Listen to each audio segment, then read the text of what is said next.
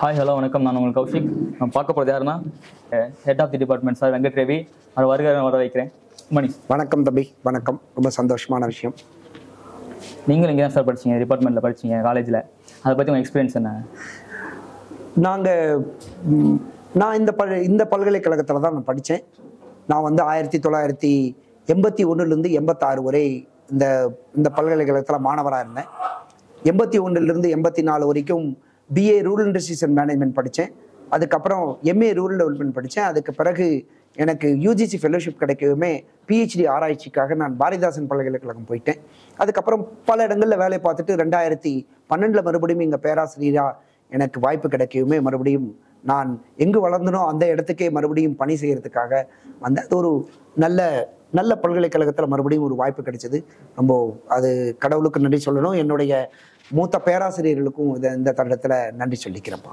உங்களுக்கு இன்ஸ்பிரேஷனாக வச்சுருப்பாங்க சார் நீங்கள் படிக்கிறப்ப? அப்படியே வச்சுருக்காங்க.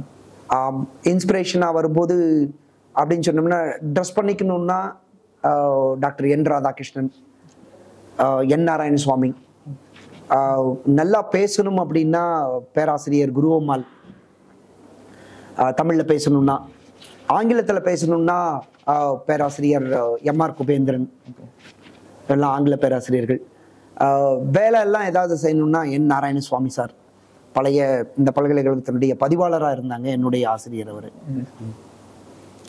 நீங்கள் இப்போ மல்டிமீடியா ப்ரொடக்ஷன் வந்து HOD இருக்கீங்க. அடுத்து என்ன விஷயம் கொண்டு போகணும்னு நினைக்கிறீங்க டிபார்ட்மெண்ட்?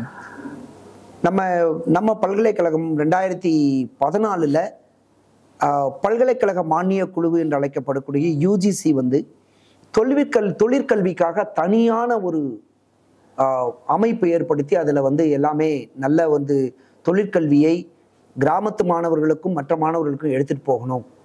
அவங்களுக்கு வந்து வேலை வாய்ப்புகள் அதிகமாக கிடைக்கும், அதுக்கு வந்து வழி செஞ்சு கொடுக்கணும். தொழில் முனைவோராக ஆகிறதுக்கான வாய்ப்புகள் இருக்குது அப்படிங்கிறதுக்காக தொழிற்கல்வியை கொடுக்கணும் அப்படிங்கிற ஒரு கொள்கையோட ஒரு பாலிசியோட இது வந்து சமுதாய கல்வின்னு ஆரம்பித்தாங்க. அதுக்கப்புறம் தீன்தயாள் உபாத்யாயா கௌஷல் கேந்திரா அப்படிங்கிறதையும் கொண்டு வந்தாங்க. அதில் ஒரு பாகமாக என்ன பண்ணோம் அப்படின்னா, நிறைய கோர்ஸ் ஆரம்பித்தோம். அந்த வழியில் வரும்போது நமக்கும் MMPT மல்டிமீடியா ப்ரொடக்ஷன் டெக்னாலஜிங்கிறது, ஏன்னா நம்ம துறையில் இன்றைக்கும் பல்கலைக்கழகம் அத்தனை பேருக்கும் புகைப்படம் எடுத்து கொடுக்கறதும் காணொளி எடுத்து கொடுக்கக்கூடிய வசதிகளும் வாய்ப்புகளும் நம்மக்கிட்ட தான் நிறைய இருக்குது. அந்த வசதிகள் இருக்கும்போது நம்மளே இது சம்பந்தமான வெறும் பயிற்சி மாத்திரம் இல்லாமல் ஒரு பட்டய படிப்புங்கிறது இல்லாமல் ஒரு பட்டப்படிப்புங்கிறது வந்து தொழிலாக கொண்டு வந்தோம்னா நல்லாயிருக்கும் அப்படின்னு நினச்சோம். அதனுடைய விளைவு தான் இன்றைக்கு BOC மல்டிமீடியா ப்ரொடக்ஷன் டெக்னாலஜி அப்படிங்கிற வந்தது. அதில் தான் நம்ம மாணவர்கள் அத்தனை பேரும் நீங்கள் படிச்சுட்டு இருக்கிறீங்க. ஆரம்பித்து 10 வருஷம் ஆக போகுது சார். இதுலேருந்து உங்களுக்கு மகிழ்ச்சியாக இருக்கா? வெற்றிகரமாக சக்ஸஸாக கொண்டு வந்துட்டோம் 10 வருஷம் அப்படின்னு. 10 வருஷம் இல்லை, ஒரு கொஞ்சம் லேட்டாக தான் வந்தது. இதில் என்னென்னா, நம்ம மாத்திரமே கிடையாது. நம்ம MMPTன்னு சொல்லும்போது நம்மளை விட பெரிய பெரிய ஜாம்பவான்கள்லாம் இருக்கிறாங்க. அவங்க எல்லாருமே விஷுவல் கம்யூனிகேஷன் போகக்கூடியவங்க இருக்கிறாங்க. அதோடு சேர்த்து தான் நம்ம போட்டி போட்டு தான் நம்ம செய்ய வேண்டியிருக்கு. ஆனால் பல இடங்களில் நான் போய் பார்த்ததுனால, VITலேயோ அல்லது மதுரையிலையோ அல்லது திண்டுக்கல்லையோ மற்ற கோயம்புத்தூர்லேயோ இருக்கக்கூடிய சில கல்லூரிகளில் போய் பார்க்கக்கூடிய வாய்ப்பு கிடைச்சும் போது பார்த்தோம்னா, நம்ம வந்து தற்பெருமைக்காக சொல்லிக்கல, நம்ம கிட்ட இருக்கக்கூடிய வசதிகள் வந்து கிட்டத்தட்ட அவங்கள கம்பேர் பண்ணும்போது நம்ம வந்து நல்ல நிலைமையில் இருக்கிறோம். நமக்கு வந்து நம்ம கேமராவோ இருக்கக்கூடிய இடமோ ஒரு சில குறைகள் இருக்குது. இடம் போதாதுங்கிற மாதிரிலாம் இருக்குது, இல்லைன்னு சொல்லலை. ஆனால் நமக்கு வந்து தேவையான அளவிற்கு நம்ம மாணவர்கள் எந்த நேரத்திலையுமே எடுத்துக்கிட்டு அந்த வேலையை செய்யக்கூடிய அளவிற்கு நமக்கு வந்து வசதிகள் போதுமான அளவுக்கு இருக்குது. நிறைய இருக்குன்னு நான் சொல்ல மாட்டேன், போதுமான அளவுக்கு நமக்கு இருக்குது. இன்னும் செய்ய வேண்டி இருக்குது. இதில் வந்து மாணவர்கள் இப்பயே போய் நான் வேற இடத்துல பேசிட்டு இருக்கும்போது கூட சொன்னேன், நிறைய குறும்படங்கள் எடுக்க ஆரம்பிச்சாங்க. நம்ம பல்கலைக்கழகத்தில்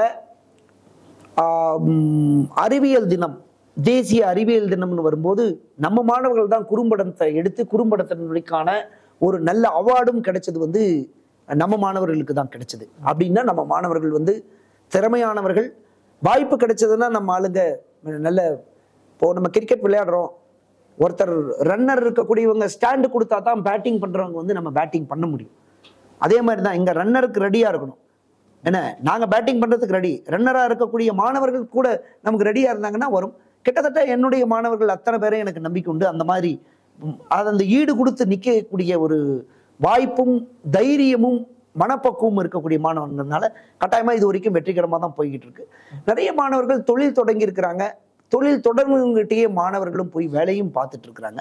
இதுக்கான முயற்சிகள் இன்னும் செஞ்சுட்டு இருக்கிறோம். இது எங்களுக்கு போதாது, தாகம் அடங்கலை. இது இன்னும் சிறப்பாக போகணும்னு தான் நினைக்கிறோம். நாங்கள் எங்களுடைய என்று தனியும் இந்த தாகம்ங்கிற மாதிரி தான் இருக்கிறோம் நாங்கள்.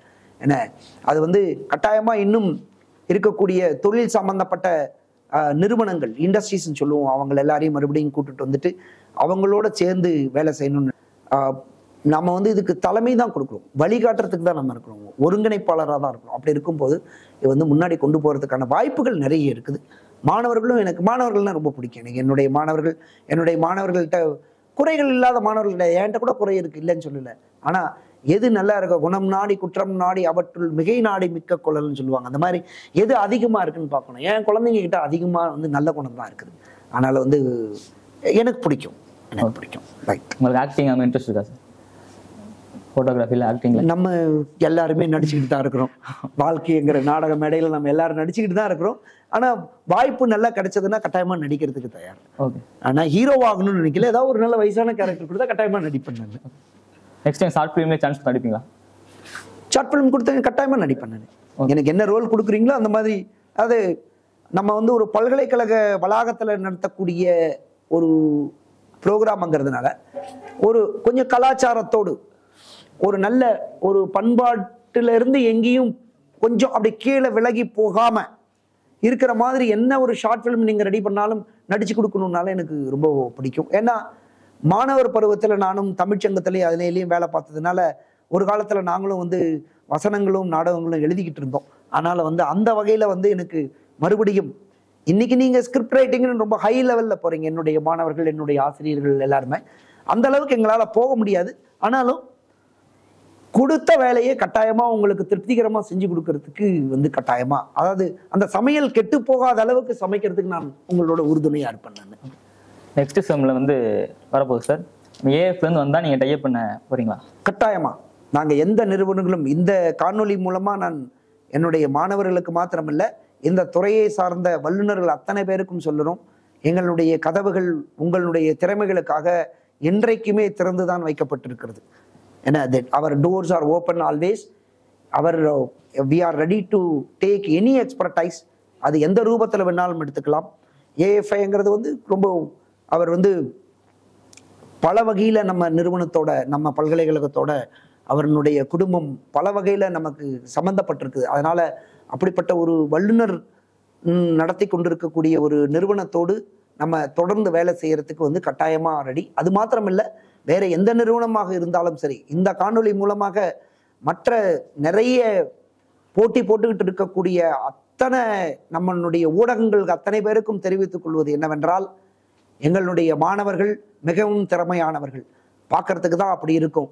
ஆனா ஒவ்வொருத்தர்கிட்டையும் நிறைய திறமைகள் இருக்கு. அந்த திறமைகளை நீங்க வாய்ப்பு கொடுத்தீங்கன்னா கட்டாயமா பயன்படுத்த முடியும். ஏன்னா ஓட்டப்பந்தயத்துல ஜெயிக்கிறானாங்கிறது ரூம்ல உட்காந்து பார்க்க முடியாது.